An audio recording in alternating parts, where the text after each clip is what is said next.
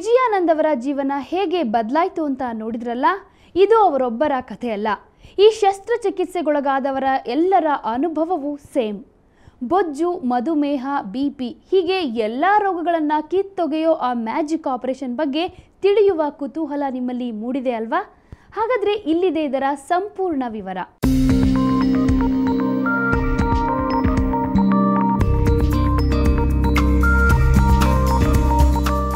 ಬದುಕು ಈಗ ಬದಲಾಗಿದೆ. ಎಲ್ಲೆಲ್ಲೂ ಓಟ ಓಟ.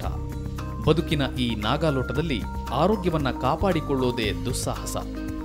ವ್ಯಾಯಾಮವಿಲ್ಲದ ಬದುಕು, ಫಾಸ್ಟ್ ಫುಡ್ಗಳ ಸರಕು, ಸ್ಪರ್ಧಾತ್ಮಕ ಲೋಕದಲ್ಲಿ ಒತ್ತಡದ ಮಧ್ಯೆಯೇ ಬದುಕಬೇಕಾದ ಅನಿವಾರ್ಯತೆ.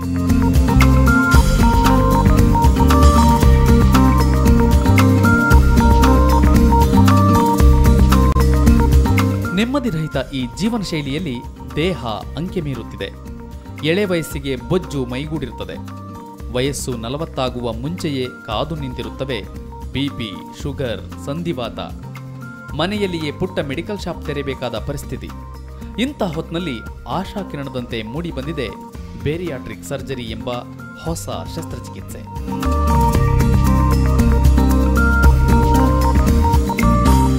ಇದು ಬೊಜ್ಜನ್ನು ತೆಗೆಯಬಲ್ಲ ಮಾಮೂಲಿ ಶಸ್ತ್ರಚಿಕಿತ್ಸೆ ಎಂದೇ ಮೊದಲು ಪರಿಗಣಿಸಲಾಗಿತ್ತು.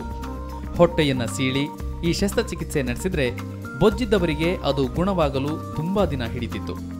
ಆದರೆ ಒಮ್ಮೆ ಲ್ಯಾಪ್ರೋಸ್ಕೋಪ್ ಮೂಲಕ ಸರ್ಜರಿ ಎಂಬ ವಿನೂತನ ವಿಧಾನ ವೈದ್ಯಕೀಯ ರಂಗ ಪ್ರವೇಶಿಸಿದ್ದೇ ತಡ ಈ ಶಸ್ತ್ರಚಿಕಿತ್ಸೆ ಸುಲಭವಾಗಿ ಹೋಯಿತು.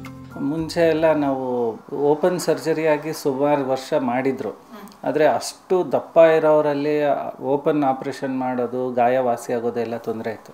ಇವಾಗ ನಾವು ಚಿಕ್ಕದಾಗಿ ಲ್ಯಾಪ್ರೋಸ್ಕೋಪಿ ಅರ್ಧ ಸೆಂಟಿಮೀಟರ್ ಅಥವಾ 1 ಸೆಂಟಿಮೀಟರ್ ಹೋಲ್ ಮಾಡಿ ಅದರಲ್ಲಿ ಮಾಡಿ 3 ದಿವಸದಲ್ಲಿ ಮನೆಗೆ ಕಳಿಸ್ಬಿಡ್ತೀವಿ. ಹೀಗಾಗಿ ಅವ್ರಿಗೆ ನೋವು ಅನ್ನೋದಿರೋದಿಲ್ಲ, ತೊಂದರೆ ಅನ್ನೋದಿರೋದಿಲ್ಲ, ತಕ್ಷಣ ಕೆಲಸಕ್ಕೆ ಕೊಟ್ಟೋಗ್ತಾರೆ.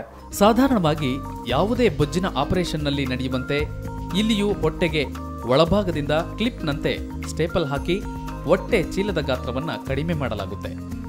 ಇದರಿಂದ ಸ್ವಲ್ಪ ಊಟ ಮಾಡಿದ್ರೂ ಹೊಟ್ಟೆ ತುಂಬುತ್ತದೆ. ಅಲ್ಲದೆ ಸಣ್ಣ ಕರುಳಿನ ಉದ್ದವನ್ನು ಕತ್ತರಿಸಿ ಸಣ್ಣಗೊಳಿಸಲಾಗುತ್ತದೆ.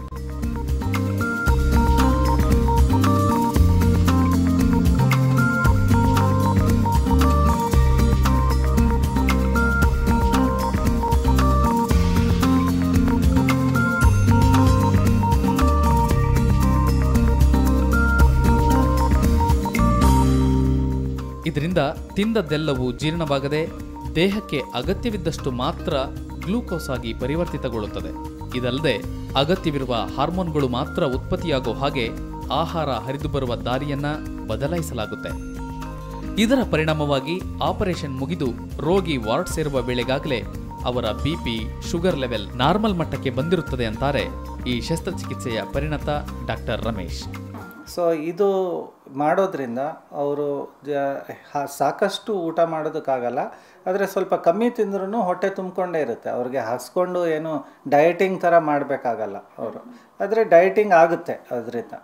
ಮತ್ತು ಅವರು ತಿಂದಿದ್ದೆಲ್ಲ ಜೀರ್ಣ ಆಗೋದಿಲ್ಲ. ಸ್ವಲ್ಪ ಮಟ್ಟಿಗೆ ಹಾಗೆ ಹೊಟ್ಟೋಗುತ್ತೆ ಮೋಷನಲ್ಲಿ.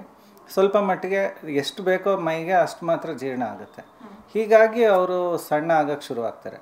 ಇದಲ್ಲದೆ ಕೆಲವು ಹಾರ್ಮೋನ್ಸ್ ಎಲ್ಲ ಚೇಂಜ್ ಆಗೋಗುತ್ತೆ ಬಾಡಿನಲ್ಲಿ ಇದಾಗೋದ್ರಿಂದ. ಸೊ ಈ ಹಾರ್ಮೋನ್ಸ್ ಚೇಂಜ್ ಆಗೋದ್ರಿಂದ ಬಹಳಷ್ಟು ಮೇಲಾಗುತ್ತೆ. ಯಾಕಂದರೆ ಇವಾಗ ತೂಕ ಕಮ್ಮಿಯಾಗಿ ಸಕ್ಕರೆ ಕಾಯಿಲೆ ಹೋಗೋದಿಲ್ಲ. ಇವತ್ತು ನಾನು ಆಪ್ರೇಷನ್ ಮಾಡಿದ್ರೆ ನಾಳೆನೇ ಡಯಾಬಿಟಿಸ್ ಇರೋದಿಲ್ಲ 90% ಜನಕ್ಕೆ. ಸೊ ಹೀಗಾಗಿ ಹಾರ್ಮೋನ್ಸ್ ಇಮಿಡಿಯೇಟಾಗಿ ಬಾಡಿನಲ್ಲಿ ಚೇಂಜ್ ಆಗಿ ಒಳ್ಳೆ ಎಫೆಕ್ಟ್ ತರುತ್ತೆ. ಈ ಮ್ಯಾಜಿಕ್ ಆಪರೇಷನ್ ಭಾರತಕ್ಕೆ ಸ್ವಲ್ಪ ಹೊಸದು. ಇಡೀ ಭಾರತದಲ್ಲಿ 2-3 ತಂಡ ಮಾತ್ರ ಈ ಆಪರೇಷನ್ ಅನ್ನ ಯಶಸ್ವಿಯಾಗಿ ಮಾಡ್ತಿವೆ. ಅದರಲ್ಲಿ ಬೆಂಗಳೂರಿನ ವಿಕ್ರಮ್ ಆಸ್ಪತ್ರೆಯ ಡಾಕ್ಟರ್ ರಮೇಶ್ ತಂಡವು ಒಂದು.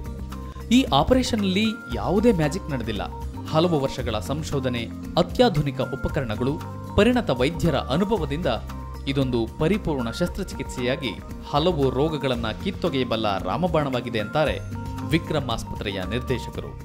ಈಗ ಅದು ಫುಲ್ ಪರ್ಫೆಕ್ಟ್ ಆಗೋಗಿದೆ. ಇನ್ಸ್ಟ್ರುಮೆಂಟೇಷನಿಂದ ಹಿಡಿದು ಸ್ಟೇಪ್ಲರ್ಸಿಂದ ಹಿಡಿದು ಈ ನ್ಯೂ ಇನ್ವೆನ್ಷನ್ಸ್ ಎಲ್ಲ ಸೇರಿ ತುಂಬ ಸೇಫ್ ಸರ್ಜರಿ ಆಗೋಗಿದೆ.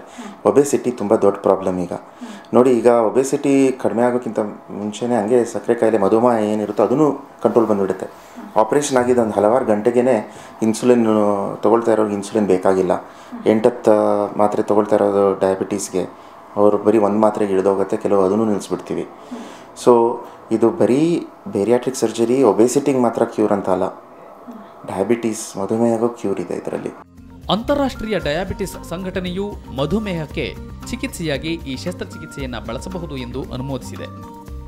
150 ಕೆಜಿಗೂ ಹೆಚ್ಚು ತೂಕ ಇರುವವರು ಈ ಆಪರೇಷನ್ನಿಂದ 50 ಕೆಜಿಗಿಂತ ಹೆಚ್ಚು ತೂಕ ಕಳೆದುಕೊಂಡಿದ್ದು ಮತ್ತು ಡಯಾಬಿಟಿಸ್ ಮೊದಲಾದ ರೋಗಗಳನ್ನು ಪರಿಹರಿಸಿಕೊಂಡಿದ್ದಾರೆ. ಅಲ್ಲದೆ ಉಳಿದ ಬೊಜ್ಜಿನ ಚಿಕಿತ್ಸೆಗಳಂತೆ ಈ ಶಸ್ತ್ರಚಿಕಿತ್ಸೆಯಿಂದ ಕೆಲವು ತಿಂಗಳುಗಳ ನಂತರ ಮತ್ತೆ ತೂಕ ಹೆಚ್ಚಾಗುತ್ತೆ ಎಂಬ ಭಯ ಇಲ್ಲ. ಇವಾಗ ಆಪರೇಷನ್ ಆದಮೇಲೆ ತುಂಬ ಡಿಫ್ರೆಂಟ್ ಆಗಿದೆ. ಮೊದಲು ಓಡಾಡೋಕ್ಕೂ ಕಷ್ಟ ಆಗ್ತಾಯಿತ್ತು. ಈಗ ಆಪ್ರೇಷನ್ ಮಾಡಿಸ್ಕೊಂಡು ಆಲ್ಮೋಸ್ಟ್ 5 ಇಯರ್ಸ್ ಆಗಿದೆ. ಈಗ ಆರಾಮಾಗಿದ್ದೀನಿ. ಈಗ ಏನು ಮೊದಲು ಆಪ್ರೇಷನ್ ಫಸ್ಟ್ ಮಾಡ್ಸೋಕೆ ಮುಂಚೆ ಸ್ವಲ್ಪ ಹೆದರಿಕೆ, ಆಪ್ರೇಷನ್ ಆದಮೇಲೆ ಮತ್ತೆ ತಿರ್ಗಾ ದಪ್ಪ ಆಗ್ತೀವೇನೋ ಅಂತ ಅಂದ್ಬಿಟ್ಟು. ಬಟ್ ಡಾಕ್ಟ್ರ್ ಹೇಳ್ದಂಗೆ ನಾವು ಡಯಟ್ ಮಾಡ್ಕೊಂಡ್ರೆ ಅಂದರೆ ಕಂಟ್ರೋಲ್ ಮಾಡ್ಕೊಂಡ್ರೆ ಆಗ ಚಾನ್ಸಸ್ ಏನಿಲ್ಲ. ಈಗ ಹೆಲ್ತಿ ಆಗಿದ್ದೀವಿ. ಈಗ ವೆಯ್ಟ್ ಏನು ಇನ್ಕ್ರೀಸ್ ಆಗ್ತಾಯಿಲ್ಲ.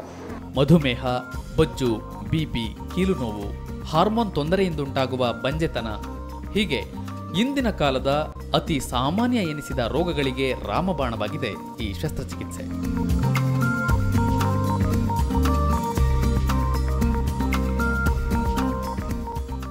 ಇದು ವೈದ್ಯ ಲೋಕದ ಅಚ್ಚರಿಯೇ ಸರಿ. ಒಂದೇ ಒಂದು ಆಪರೇಷನ್, ದೂರವಾಗ್ತಿದೆ ನೂರಾರು ಟೆನ್ಷನ್. ಈ ಆಪರೇಷನ್ನಿಂದ ಅಡ್ಡ ಪರಿಣಾಮ ಏನಾದರೂ ಇದೆಯಾ ಅಂತ ತಿಳಿಯೋಣ ಈ ಒಂದು ಬ್ರೇಕ್ನ ನಂತರ.